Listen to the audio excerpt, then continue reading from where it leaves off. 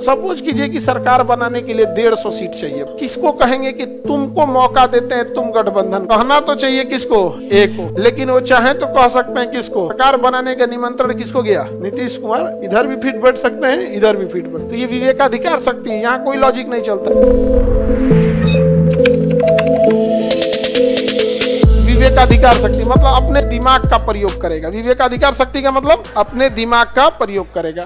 कैसे होता है भैया ये विवेकाधिकार शक्ति? सपोज कीजिए किसी पार्टी के पास आया है 110 सीट, किसी एक पार्टी के पास 90 सीट और किसी अन्य पार्टी के पास 60 सीट, ठीक है, और अदर्स के पास भी कुछ सीटें हैं, नहीं होते हैं, छोटी छोटी पार्टियां हैं। आप सपोज कीजिए कि सरकार बनाने के लिए 150 सीट चाहिए। बहुमत के लिए कितनी चाहिए? 150। किसी के पास 150 सीट है? देखिए तो किसी के पास 150 सीटें नहीं। समझ में आ गया? अब राज्यपाल किसको कहेंगे कि तुमको मौका देते हैं, तुम गठबंधन करो। कहना तो चाहिए किसको? एक को। कहना चाहिए एक को। लेकिन वो चाहे तो कह सकते हैं किसको? सी को। किसे कह सकते हैं? सी को। बिहार में एग्जैक्ट ऐसा ही हुआ। बिहार में एग्जैक्ट ऐसा हुआ था। जैसे बिहार में सबसे बड़ी पार्टी है वर्तमान में विधायकों की तुलना में आरजेडी है, उसके बाद बीजेपी और उसके बाद जेडीयू है। लेकिन सरकार बनाने का निमंत्रण किसको गया? जेडीयू को।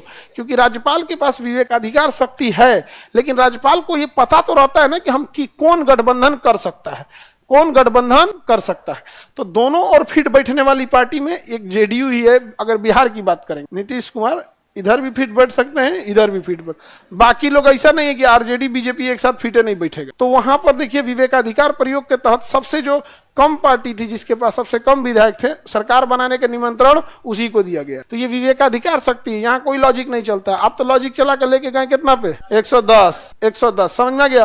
तो बताइए अगर किसी को स्पष्ट बहुमत नहीं है तो सरकार बनाने का निमंत्रण राज्यपाल जिसे भी चाहे दे सकते हैं और उसे 30 दिन का टाइम दे देते हैं। कितने दिन का? 30 दिन का टाइम दे देते हैं कि आप गठबंधन कर लीजिए और हमें क्या दिखा दीजिए? बहुमत दिखा दीजिए। यहाँ बहुमत कितना था?